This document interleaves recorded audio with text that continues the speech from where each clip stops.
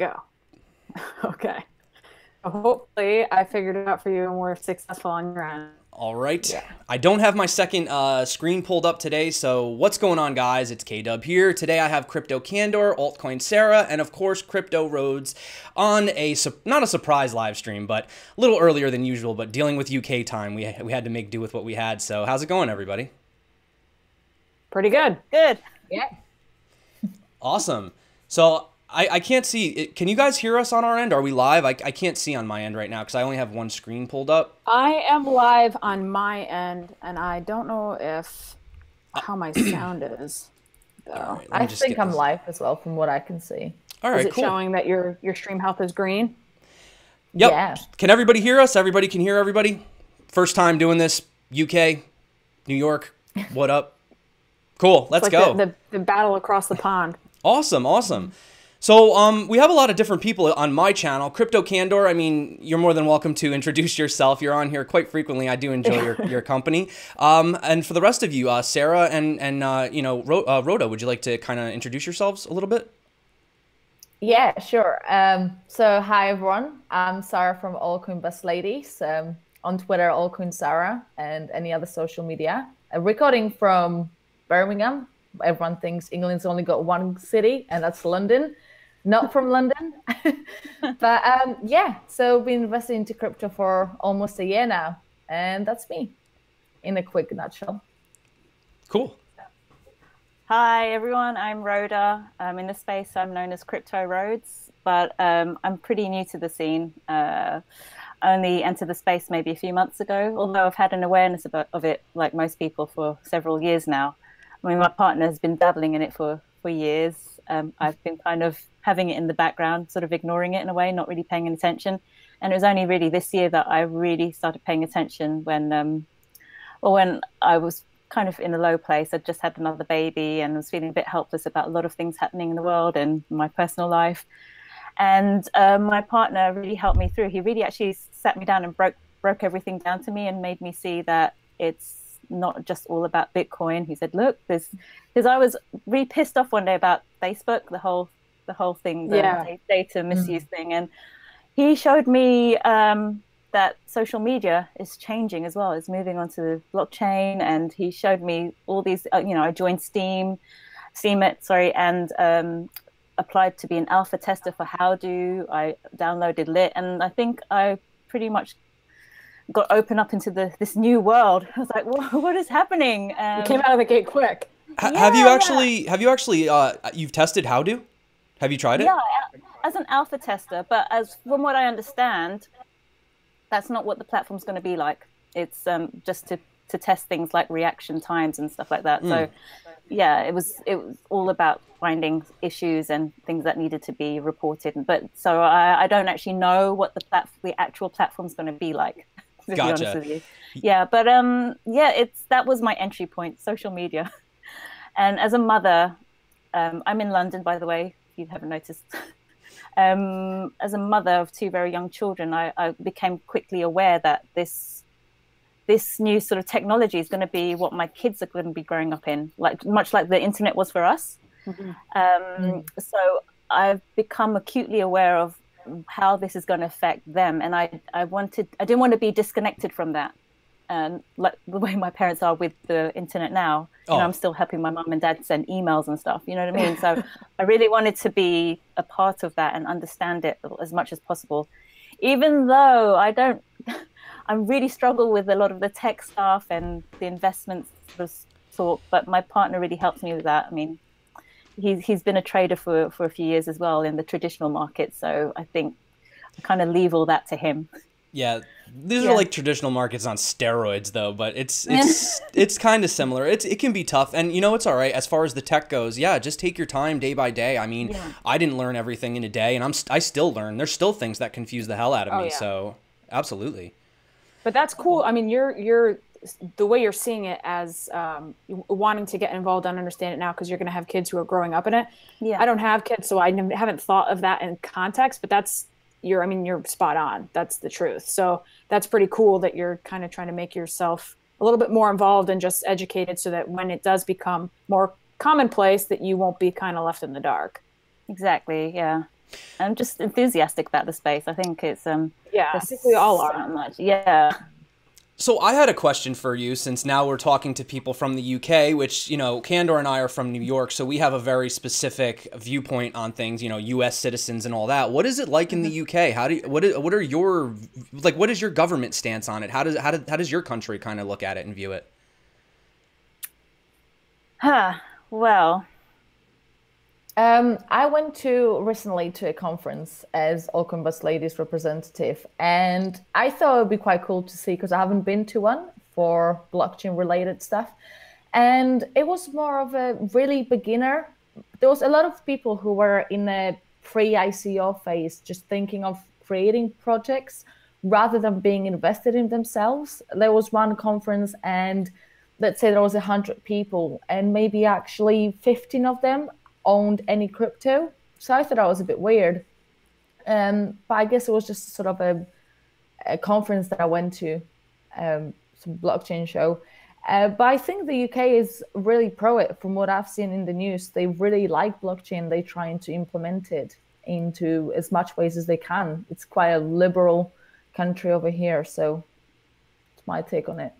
Rhoda? What are your are you guys allowed to participate in the majority of ICOs? I mean, if you've, yeah, that's, I'm very envious, or we probably are both very envious, because in the United States, we're basically can't do anything. So, I mean, right now it might be a godsend because none of these ICOs are doing well. So in that hand, I think now it worked in our favor. But last year when they were just absolutely smashing it, I'm so jealous. Yeah, but I mean, like Coinbase recently added the possibility to exchange your funds back into pounds straight into, where previously you had to do it to, pretty sure you had to do it to euros, and then you had to bring it some other platform to actually withdraw funds from crypto to fiat. So that, I think, just shows that even if Coinbase is getting involved in it, that UK is becoming a big player in the scene. Yeah, I mean, in the one of my local grocery stores, there's a billboard outside, an electric one, and it says you can advertise here by paying with Bitcoin, Ethereum, or Litecoin. And a shop, like a corner shop a little further up the road from me, has a crypto, like, cash machine thing. ATM, that's so cool. Yeah. I've seen those pop up in a lot of like Asian countries where people will, like, they're on vacation and they'll post it on like Reddit. I've seen the ATMs. I haven't seen any in the United States, obviously, but I know they exist. Yeah, it's weird. I've literally tried past everyone. There's this shop. The least shop I would expect to sell Bitcoin actually have it. Exactly, yeah, same. The machines are just weird looking things.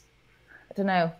I haven't experienced it yet, because I know the fees that they take are just enormous for Bitcoin. Oh, yeah. I mean, there's got to be an incentive, right? It's probably a liability for them to create them and get licensed to have them out there and get them regulated or whatever. So they're going to have to try to make money in some capacity. Absolutely. So what do you guys, I mean, as far as this crazy dip, so, I mean, I know, Rhoda, you just got into it recently. So what do you think of this? Like, I mean, so many people got involved in this, you know, December, January time, and now with everything that's going on in the markets, what do you think? I mean, how do you feel about it? Well, I'm new to this space, so I actually entered the space in a bear run, I suppose.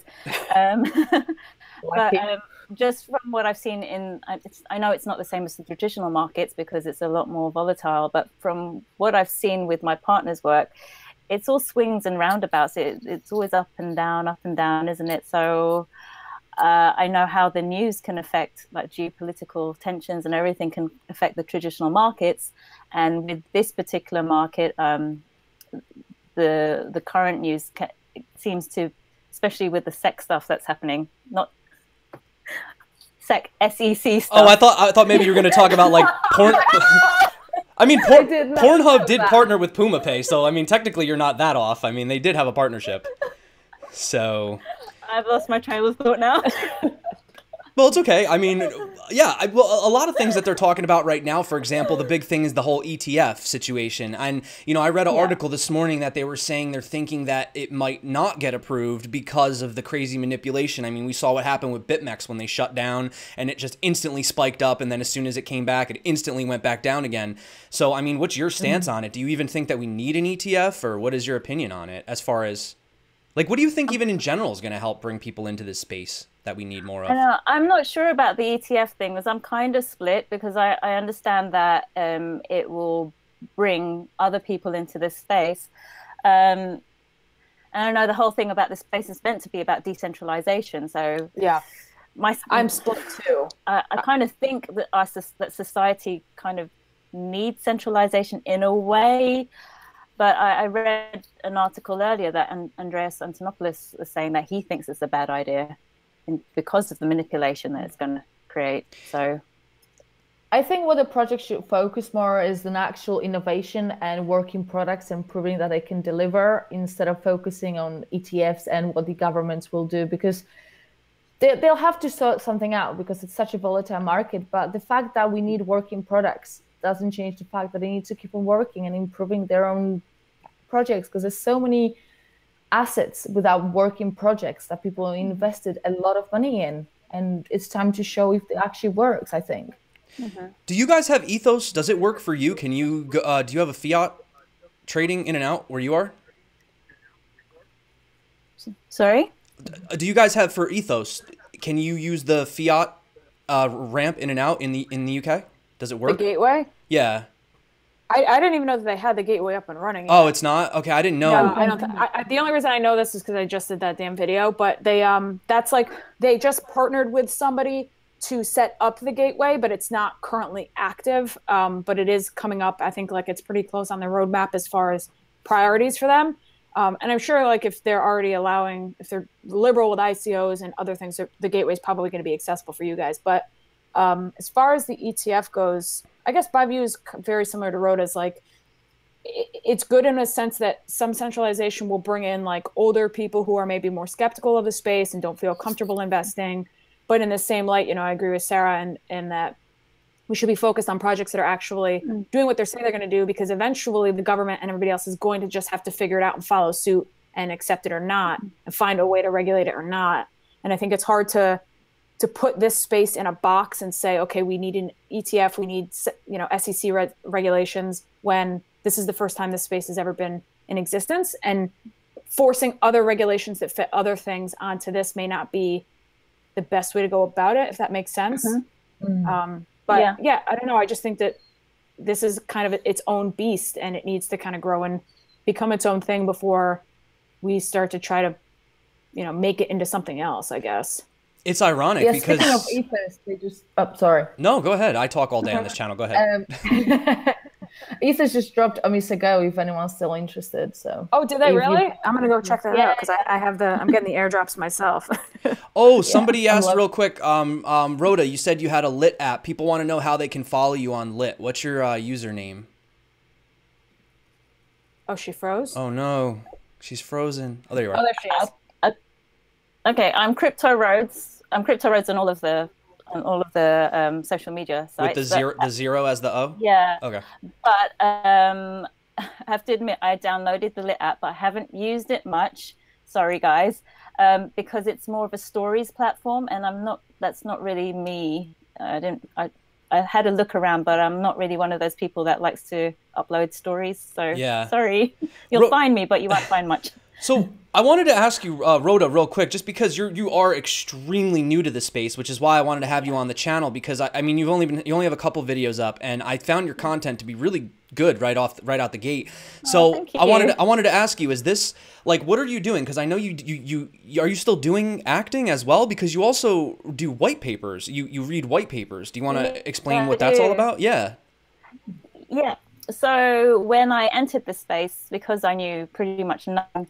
The first white paper I tried to read was Bitcoin. That was the one that my partner told me to read. He said, well, if you're going to read one, might as well start with the one. And because I've got two very young kids, one of them's 3 and the other one was just a baby at the time. Well, he's still a baby now. I actually listened to an audio version of it online, and I found that easier while I had the kids. I could just, listen to it as I did stuff. And I thought that was a really good way for me to learn. Like, why not do audio recordings of these white papers? So my partner, who's very supportive of this, he said, rather than telling me which one to record, he said, well, why don't you look around and pick one? So the first one I recorded was Eden Chain. That was really technical. I kind of regretted it straight away. I was like, oh, it took me ages.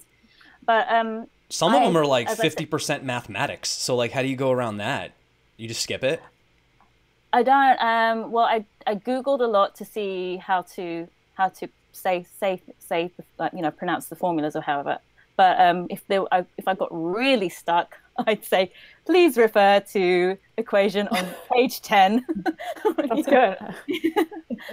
But yeah, I'm still acting. I took a few years out just because I had to focus on being a mum, and I just needed to have a break, because the last proper job I did was filmed in Belgium, and I was back and forth, and it really killed me being away from my son. And now I've got a second son. I've really like taken my time to be with my kids. So I can't even imagine. Job, but I mean, crypto, and kids. Yeah, exactly. But I did tell my agent, like, obviously, if Star Wars are knocking on the door, I won't say no to an audition. But I'm slowly going back to work now.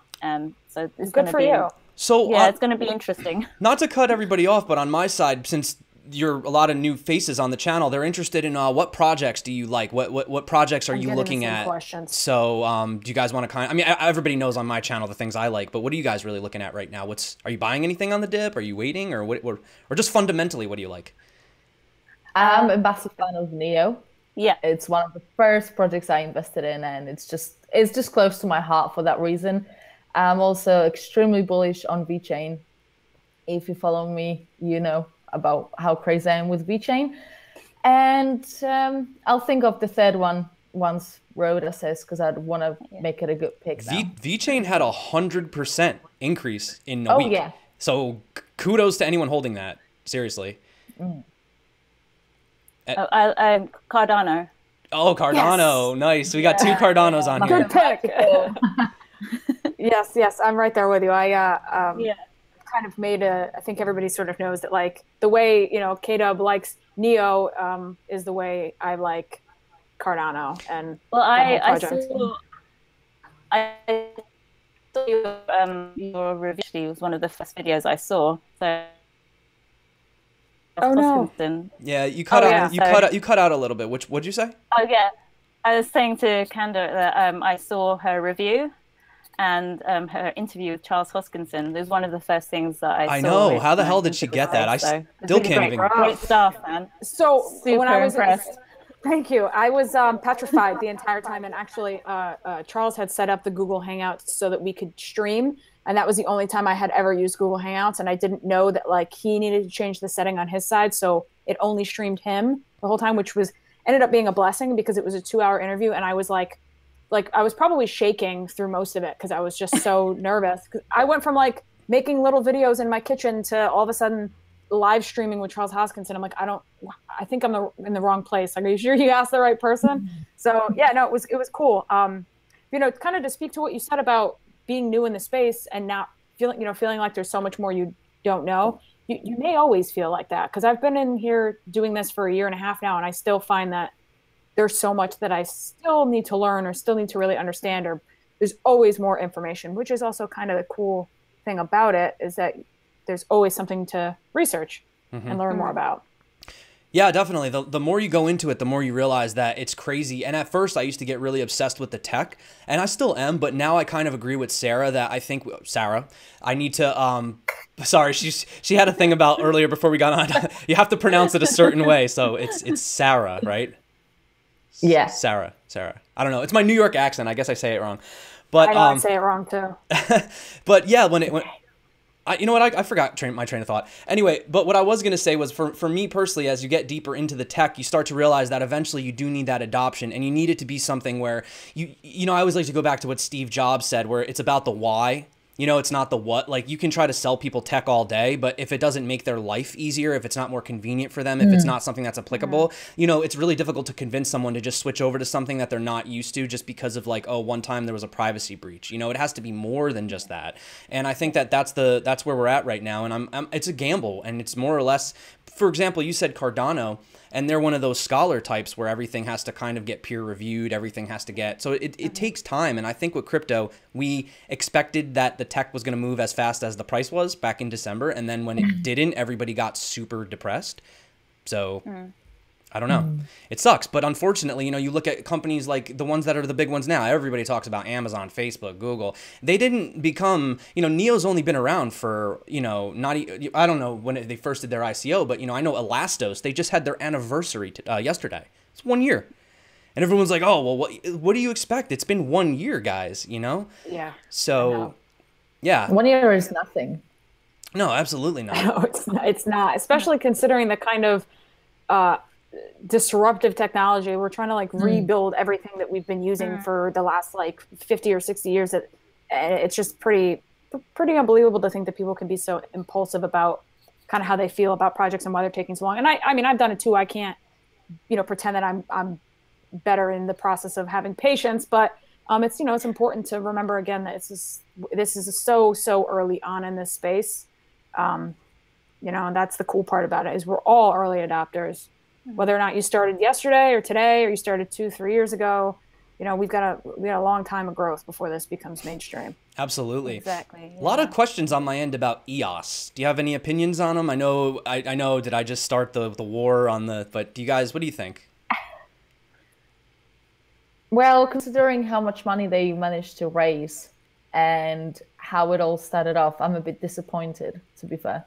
Yeah. But that's just my opinion.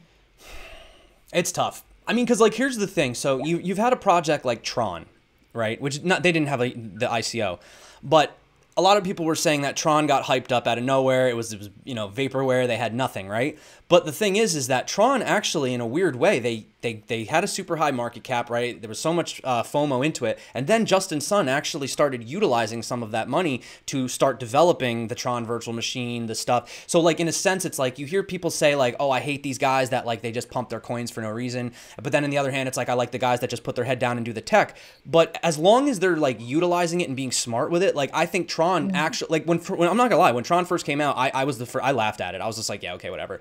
But now that I see how serious they are and they're actually using their funds, they've acquired BitTorrent, you know, they have Tron Chat that just came out. Then they're doing that thing with Seed It now. They're doing tipping. Yeah. So, I mean, that to me, those are things people can use. I mean, to get Seed It, go on Twitter and send a tip. Anyone could do that. You know, and that's the adoption that I think that's really going to help push it forward. Not, you know, okay, get your 12 password seed phrase, download your mnemonic this, put it on a hardware, then transfer it here. I mean, most people are just used to going to the bank. You know, now I got to do 12 more steps to get my money. You know what I mean? It's like crazy. Yeah. Well, that's like the thing that I feel like I say this in like every stream, because someone always asks like, what's your thought on, you know, the space growing and how is it going to start being used by people? And it's always, my response is always, we have to be using it in a way that people don't realize that they're using blockchain tech.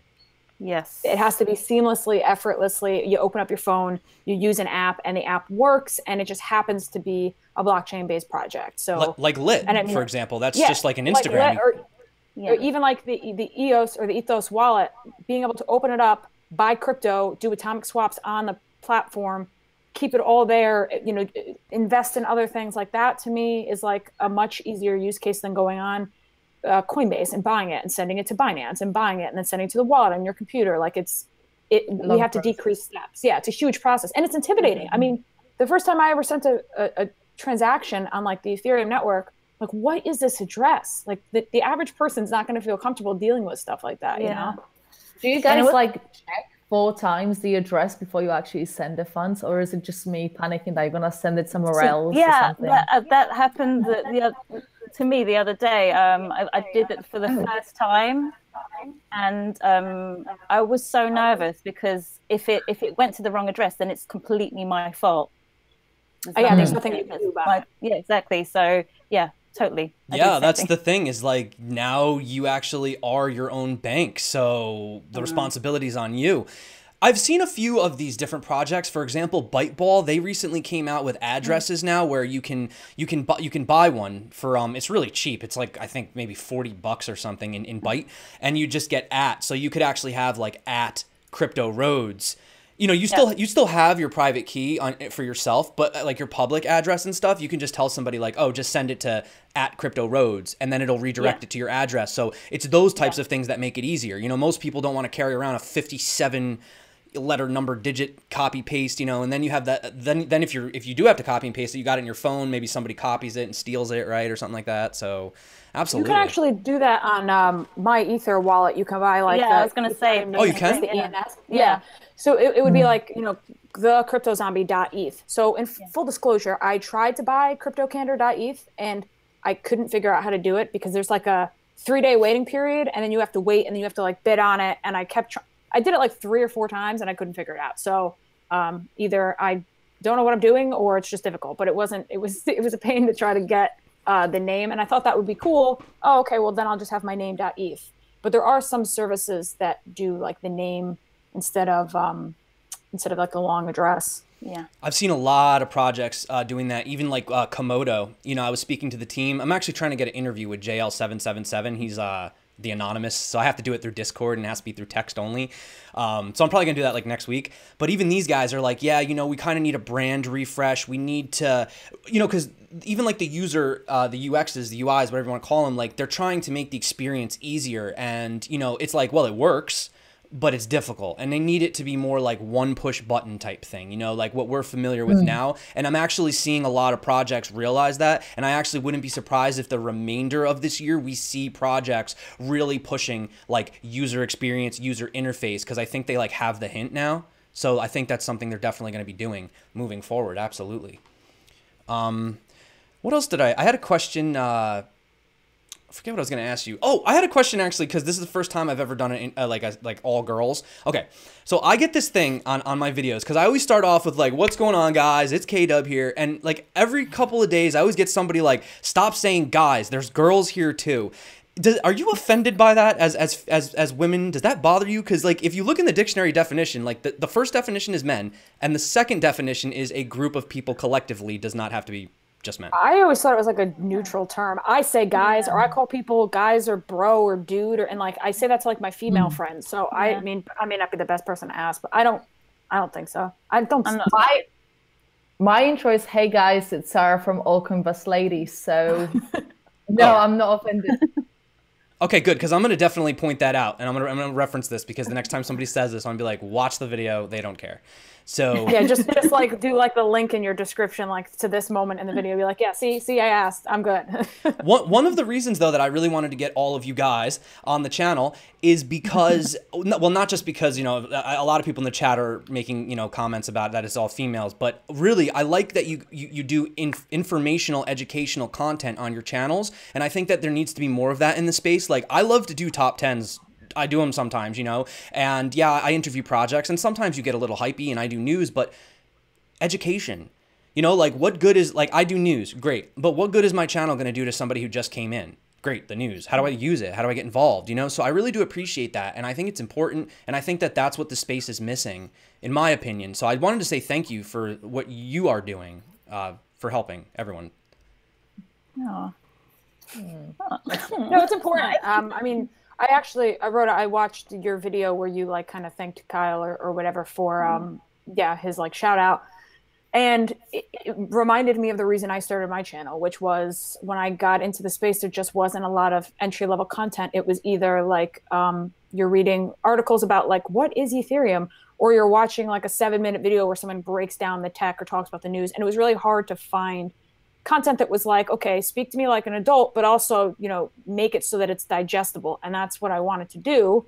And so it's cool to see other people doing that too, because I really think that there's a need for education. I mean, education's the whole space anyways, but education in a sense, it's like perfect example, the Charles Hoskinson interview, he's brilliant, but he's brilliant in a way that sometimes it doesn't translate. So we need people to translate that and make it easy for the average person. So I think that's very important. Definitely, absolutely. Yeah, like from my own example, I found that long videos don't speak to me. So the way I try to do mine is, unless it's a live stream, I try to keep them until like below 10 minutes, so I can keep the people interested, but also I know I wouldn't bore myself if I had to listen to it. Because if you go into too much detail, people just lose the interest, or it just gets too complicated for it to just listen without asking the questions. So I think as long as we keep it short, people will be more interested to expand their knowledge about different projects. And that's my strategy for bringing all the projects to people. Yeah, I try to explain it to someone like me. If I can understand it, then I'm sure you can. Yeah. Yeah. That's like Nathan from Cryptonauts. He always goes, I try to do it as if I'm explaining it to a 12-year-old. That's what he says. Yeah, that's a good way. Well, that's why, like, a lot of times, like, especially in my older videos when I first got started, if I don't understand what the word is, I'll stop and define it in the video. Be like, okay, so I just use this term and this word means whatever, because I don't know, because sometimes you don't want to stop the video and go figure out what it means. It's just easier if people kind of break it all down. So yeah, 12-year-old's definitely a good age to try to lecture to. Yeah, and another thing too, when you think about it, you know, you've looked at all these, you kind of my mind was wandering thinking about the educational aspect of it, and even just the simple fact that people don't truly understand, like, even like I use my dad, for example. He really thinks that Bitcoin goes inside of a wallet. And really, in reality, the Bitcoins, the crypto, they're on the blockchain. Your private keys are essentially like a door that lets you into the blockchain, you know? So he's like, oh, what if I lose my wallet? It's like, unless you lose the actual keys, like the numbers, but then people leave it on the exchanges and exchange get hacked, right? So we had the big Mt. Gox. I don't know if you recently saw that the trustee came out, and now people are trying to come back into, you know, basically you can claim what you lost. But now people are pissed off because here's the issue. They're trying to pay them back in the cash amount that it was worth when it got hacked. And they're pissed off because they're like, yeah, but that Bitcoin has like 10x or 15, 20x since that. I don't know the exact numbers. So they're trying to get paid out. It's like when BitConnect paid everybody out in BCC. And they were like, well, what the hell are we going to do with this? Like, it's not even a token that has a use case. So those are things also, you know, you have to let new people, because I think that they get a lot of scams. I saw with the BitConnect leader that got taken down, and then there was a post in India, totally misconstrued the information, and they were reporting in India headlines that Satoshi Nakamoto had been arrested and he was in jail, and finally the Bitcoin Ponzi had been taken down. And it's just like, you guys know that they're not related at all, right? And it's that misinformation that I don't want the public being afraid to get involved, because that's going to turn everybody off, and that's not the case. I mean, it's like airplanes, you know, like people are afraid to fly, but how often do planes actually crash? You know what I'm saying? Like, maybe that wasn't a good example. I don't know, but yeah. No, I mean, I think we get your point though, but I mean, yeah, it is scary to come into space and not realize, like, or just be kind of not gullible, but just unaware. Oh, this says it's going to make me, you know, X amount of returns, and all I have to do is like send it some Ether or send it some Bitcoin. You know, the average person doesn't really know that that's a lie, especially if you're not around it. And, you know, I always said the reason those Twitter ETH scams still exist and they're still doing it is because they must be making money still. I mean, if it wasn't lucrative, they would have stopped at this point. So there's definitely still people that need the education and the assistance. Did you see Elon Musk? Elon Musk, I was going to say, he got hacked. His Twitter got hacked, didn't it? Did he really? Yeah. Oh, did it? That's what I was going to say. Yeah. His first tweet about actually crypto was how amazed he was about the Ethereum bots and how they work and how Twitter can actually go around it.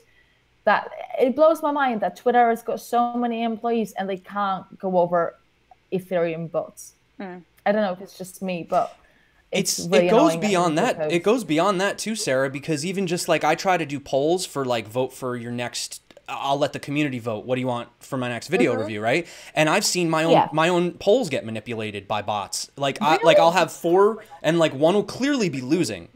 And then all of a sudden, like 15 minutes before it's done, it'll just get like 150 views out of nowhere. Like the whole Binance thing. I mean, how do you even do these? I think that's the other thing with the blockchain too, is like being able to do voting and things like that. Because look at these centralized systems, how easy they are to manipulate. You can't even trust polls. You know, it's just, I don't know. It's crazy. Well, ClearPoll is actually supposed to be putting out their initial like alpha platform, I guess. And I'm interested into looking into that because I think that is really, really cool. And I would love to see polling or any sort of like governmental aspect in that way to be taken on by the blockchain. Because I think with the U.S. and the whole election this past, or 2 years ago now, whatever, we could benefit for some transparency in our polling systems, I think. I think it's just Florida. I think as long as Florida doesn't get a right to vote, no offense to everybody in Florida, but it seems to always be some confusion down south. I don't know what it is with your voting machines, but... It's not just you guys. There was Brexit as well for us. Yeah.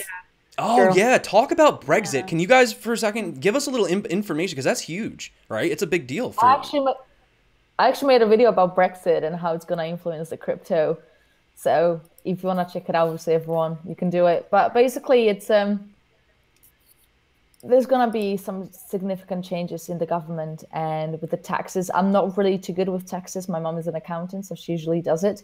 But there's going to be big implementations that I think people involved with the crypto actually need to get their head around it. It's not just that the economy is going to be down. And I'm obviously against Brexit because I'm not English, as you know, Kyle. I'm not English. So right, I'm also worried about what I'm... Don't say it. Oh, sorry. It's a secret. Sorry. All right. It's okay. It's out now. But yeah, I'm also worried about like my job and stuff. So it's not just an implementation of the crypto, but people actually need to realize that it's gonna get difficult. I think people don't actually realize it. But I don't really want to talk too much about Brexit. Okay, we don't have to. I don't want to make anybody. No, it's okay. It's okay. It's okay. I personally didn't really know much about it because it kind of didn't really affect me. You know what I mean? So I know that sounds kind of messed up. Plus, it's like trying to get involved in anything that's not crypto related for me is like, I go out in the real world and somebody will be like, hey, did you see what happened with Trump? And I'm just like, no.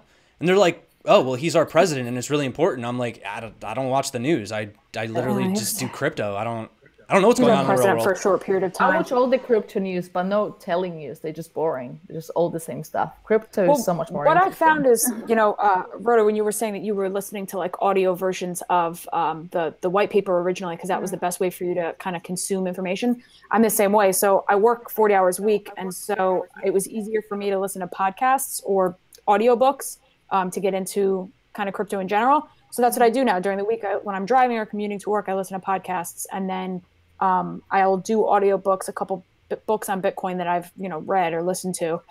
So that's like the only way I can consume new information now because I don't have time.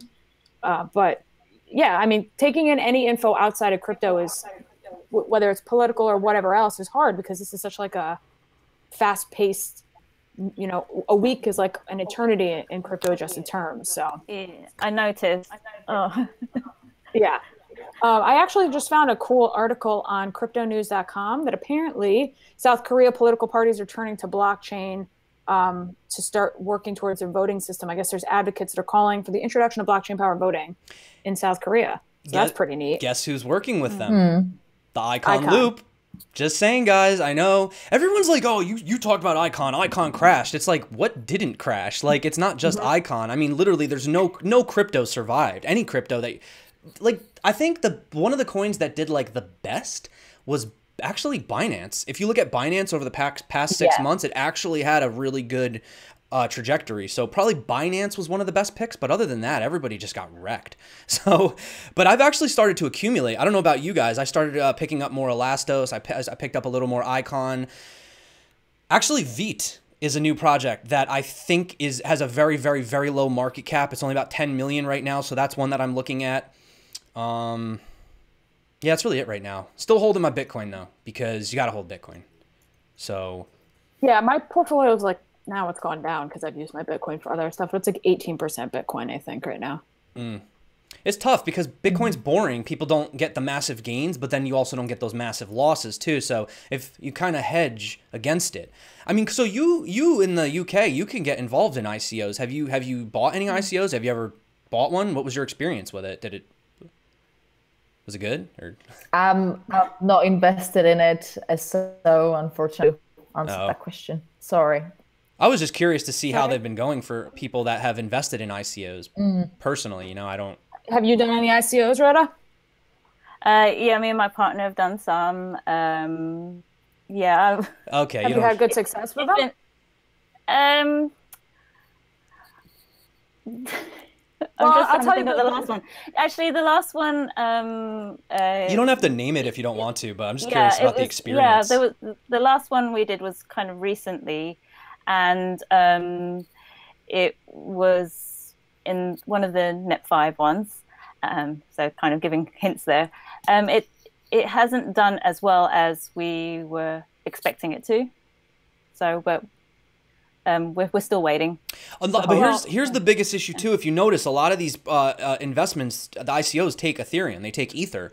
Well, Ether fell from 500 to 250 in the course of almost a week. It halved in price. So right there, by default, if you're buying a certain amount of tokens for Ether at 500 and now Ether dropped, right? You know what I'm saying? So that alone, yeah, the Ethereum thing, man. Ethereum's been taking a beating. The only ICO I participated in was the KIN ICO, and I was pretty excited about that. But it's been, I mean, it dropped way below the ICO price, and then basically everybody sold. But actually, more recently, they just released there's an app now that you can like take surveys and do like daily stuff and earn KIN and then buy gift cards with that, which is that KINit? KINit, yeah. I just downloaded it the other day and I've been using it. So, I mean, it didn't do, it didn't go 10x like everything else, and I didn't sell. I still hold all the original, but I just felt like it was like the only one that the US could participate in. So I was like, screw it, I'm going to do it. I mean, that's my thought process, right? Everyone in my live stream keeps telling me to they're basically telling me, what the hell am I doing on this live stream? I'm essentially like the ugliest person, so we need to get another woman in here. I don't belong on this live stream. I don't know. I just figured I would just talk to different people. I'm not. I didn't do it to be like, oh, hey, me and three I think girls. It's great. It's just like we have a tendency to stream with the same people anyways, because it's easier to just chat with somebody that you've already chatted with. But it's important to bring on other people that are good and different and have a different point of view. And you guys are, like I said, the other side of the pond. So you definitely have a view on things that we don't have over here, which I think is really cool. But going back to ICOs, I think when we invest in ICOs, we choose projects that we really believe in. We're not investing to flip it. So I think there's a difference where we actually are true believers in it, and we're in it for the long haul, if that makes sense. So that's the way to, I mean, ultimately, that's the smarter way to go about doing it. Because if you're in a bear market like we are now, if you invest in an ICO on fundamentals, not with the intention of 10xing, you're going to have a better time in the long run, if that's kind of the way you feel. Somebody is yelling, Kyle, for you to wear a wig. Somebody told me to put a paper bag on too. Thank you. Appreciate it. Appreciate all the nice comments on my channel, guys. I appreciate it. But though, getting back on that topic of investing in things that you believe in and thank you, Eduardo. I appreciate it. He says, I'm pretty. Thank you. So one of the things that really bothered me, like when I went to Consensus, I really got, because I do love the tech. Of course I want to make money. I'm not going to sit here and pretend like I don't. I'd be lying to say that I don't care about anything but tech. But the thing is like when I went there, the problem is like you go to this event and it's designed for networking and meeting people. And the problem is that every single person that came up to me was more concerned about what could be done for them instead of what they can do for me. And I found that to be really selfish. Like it was a bunch of guys. I mean, I don't know. I didn't really know who these people were. They kind of came out of the woodworks. Everybody's wearing business suits and it's all about like, well, I'm going to invest in this and flip this. And how can you make me rich in this? And I was like, maybe that's why everything crashed after Consensus, because it was a really depressing, eye-opening fact that all these retail people that came in later, they're only concerned about money. And inevitably, if all you're concerned about is greed, the greed is going to tear it down. And I think that's exactly what it did. Cut your losses and sell out. So that's actually a very good point, Kyle. I didn't think about that. But yeah, I mean, fundamentally, if you start really breaking down conversations with people, you'll find out what their priorities are. And most of the time, it's usually, finance-based, which is fine and whatever, but this market, it's a little small for everybody to just be selling and getting out of it because the prices aren't great. So fundamentals are important. Yeah, like these emails that you get, from these random ICO projects, and literally the first thing that it says is like, sponsored paid ICO with like exclamation points, and it's just like that's how you're going to introduce yourself to me. Yeah. And like even you go on these websites for these new ICOs, and honestly, if I click on a website and the first thing I see is the token sale, I'm out. That should be the last thing. That should not be, the token sale should be the most difficult part of your website to find. You know what I'm saying? Like I should have information on the front page. So sometimes you can just tell just by looking at these projects, like which ones are the cash grabs. And unfortunately, it has become ridiculously easy for people that have absolutely nothing but a white paper to raise millions of dollars, which in traditional, if you have an IPO, you have to be established for that, and that's my problem as well. That's my little bugbear as well. And I really love the fact that you guys are doing this token tank thing, because we kind of needed it in this space. I love the idea that I think I respect any project or any CEO who agrees to go on your token tank and just be asked, you know, really put on the spot and grilled, because the simplest way I could break down the whole ICO process, how it should be when it comes to asking for an investment, was like the Shark's Tank, or in the UK we call it the Dragon's Den. Like, you think of, you're going to ask for money, you go to the Dragon's Den or the Shark's Tank, and you go with an idea. You go not just with an idea and a white paper, say, oh, this is my idea and this is my white paper. They get grilled. They really get grilled. They have to show a minimal viable product. They have to show records. They have to show projections. They have to, you know, they get asked if they're in debt, you know, how much of their profits are going in debt. They get asked so many questions, and there isn't enough of that in this space. So I think your token tank is a really good step towards something like that. Well, that's the thing that's different too, is like, we don't prep the questions, you know, like, it's not sponsored, they don't pay for it, and they don't know what we're going to ask them.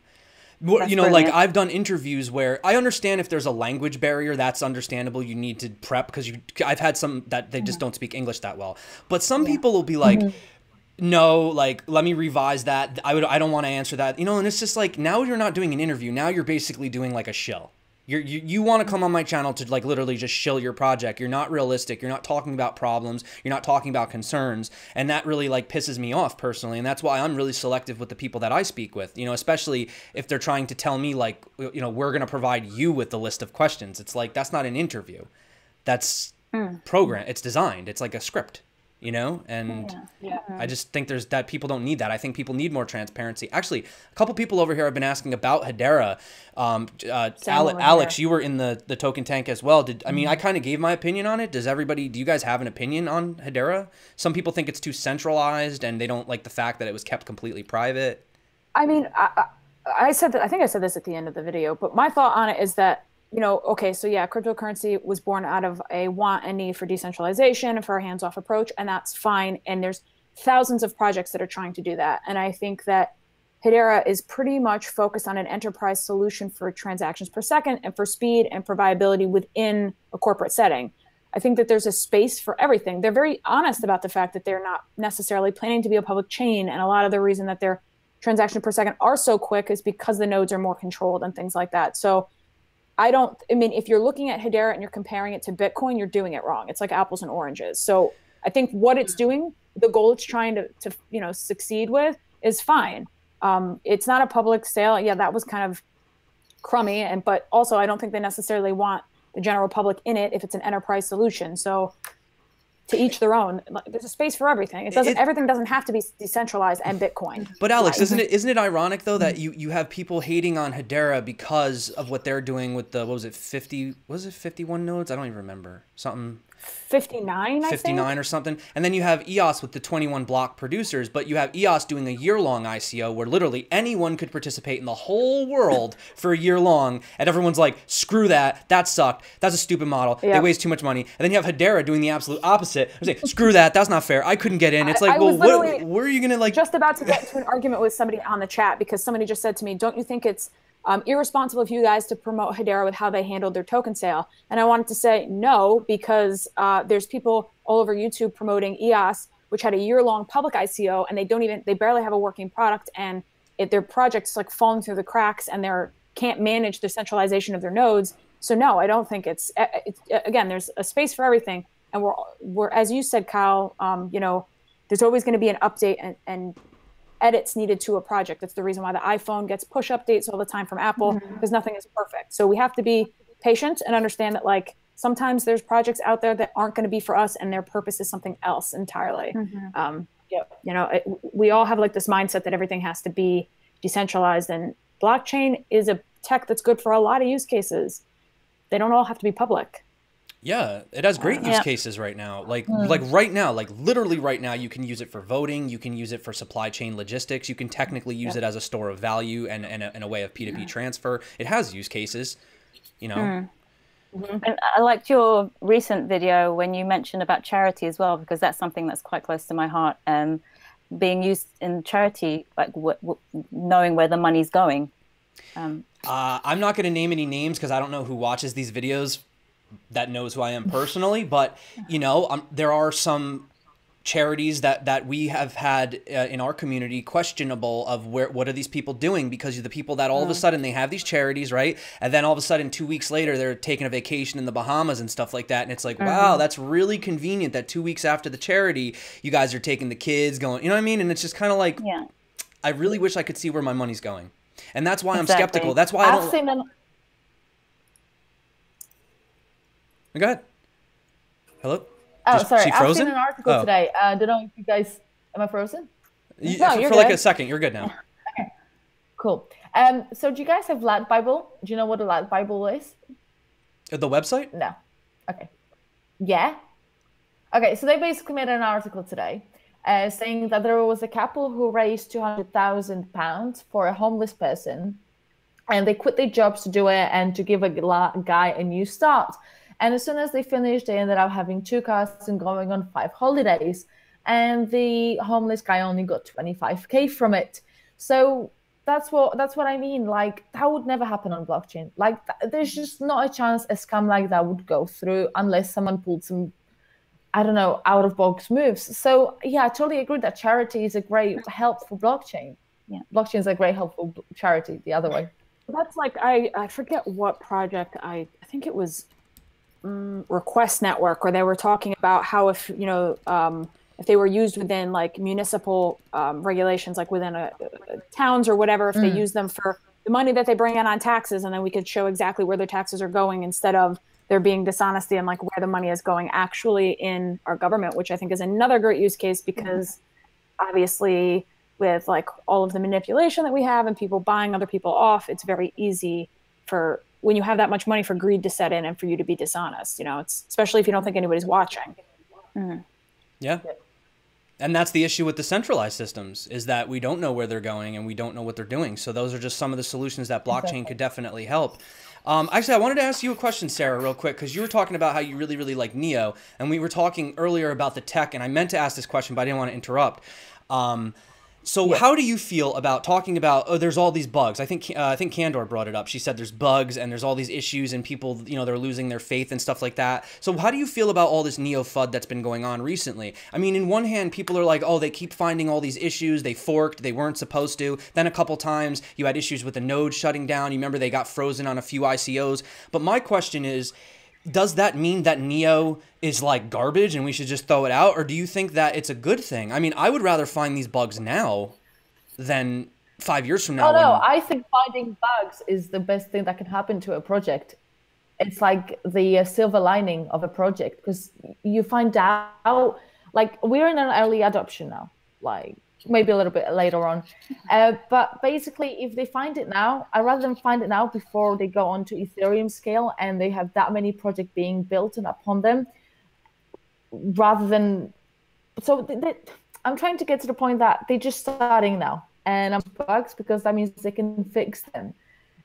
I'll get worried when they won't be able to fix them, and when the production of ICOs will be impossible upon them. So I'm personally not worried about it. I think they just, as long as they sort it out, they'll be fine. And Ethereum's got some scalability issues as well. So not a single blockchain platform is safe from bugs. That's just my take on it. And while there was some project recently that had some loads of bugs, and I was really happy about it. I can't recall it now. But there are projects who constantly find them and they don't repair them. And that's when I lose faith into them. That's the thing. Yeah, I mean, finding them and repairing them, finding them is the better part, because if they're finding them, that means that the team is actively trying to improve the project. They're working on it. That's a good thing. If they were sitting there saying there's nothing wrong with our project, it's perfect, that's like McAfee's wallet. If anybody can hack it, whatever, it's unhackable. Instead of them trying to, because they probably didn't even test it, them trying to test it, improve it, and be able to show people the effort that they put in forth in making it unhackable, but instead they promote it as such and lied to people about it. So I'd rather see transparency, humility. Okay, our project's not perfect. Here are our bugs. Here's what we're fixing. And honestly, Neo's, like their updates that they do on their actual website, that they do monthly updates, very thorough. I mean, they put everything that they find that is wrong, everything that they're working on, and I would much rather that than them try to hide it. I mean, I think that's a pro. And not to mention, they're really quick. About it. That's what No, they're really quick to jump in on it, like Red for sec, you know, Eric Zhang. I mean, name one time that Neo has an issue that not within a matter of literally hours, they're addressing it, working on it, fixing it, you know? Yeah.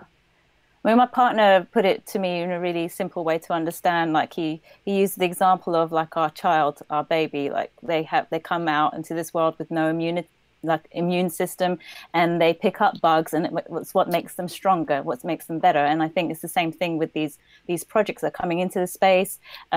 These bugs are actually helping. They're going to make the project stronger. And it's like Sarah said, as the earlier that it happens, the better.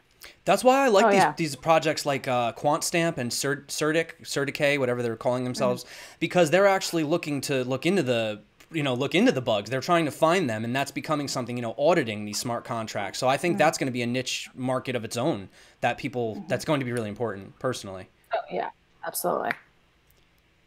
All right. Well, this has been a pretty fun ride. I don't know. Are there any questions from the chat? I mean, the chat got kind of quiet. Everybody was really asking a lot of questions. I think the whole market's got everybody kind of into like a bit of a mood right now, you know, and we're all just kind of trying to figure out what we're doing, where we belong, and how to really benefit from this. I mean, it's funny because I keep saying buy the dip and then it dips more, and buy the dip and then it dips more. But you know, I mean, if you do look at Bitcoin, I'm not really good with TA right now, so I'm not going to pretend that I do technical analysis. I'm not going to pretend to be that guy. But if you do look at it, it's been going sideways for like quite some time now. And in the past, although it might not repeat itself, I've noticed that it usually does something. I hope it goes this way though, but we'll see. So thoughts on Perlin and Avalanche? I think it's gonna explode. It's just a matter of time. And I mean, I don't do TA, and I'm just speaking from a gut feeling. So, you know, do your own research, don't trade on my advice, whatever. But no, I mean, based on last year, you know, when we saw the increase to almost 20K or whatever, that, you know, that was just enthusiasm. And that was a drop in a bucket compared to the amount of people that are still out there that are maybe debating on getting into crypto or haven't heard of it yet. And I mean, I think the future is going to be quite bright. I just think that these pullbacks and this bear market is healthy. It's got to happen. It's unrealistic for us to expect. Yeah, we can't have that kind of growth all the time. It's just not real. The interesting thing is, if you don't just look at the price, you look at the volume, you'll see that the volume is growing, which means that there's more transactions happening. More people are actually using crypto, even though the prices are the lowest they've been, like, well, not the lowest they've been all year, but almost the lowest they've been. But the volume is way bigger than it used to be. You know, Crypto Daily, actually, I watched a video a couple days ago, and he said, he's like, yeah, you know, the price isn't going anywhere, but if you look at like the actual volume trading over the last like 2 years, it's steadily increasing. So it's there. I made a tweet about the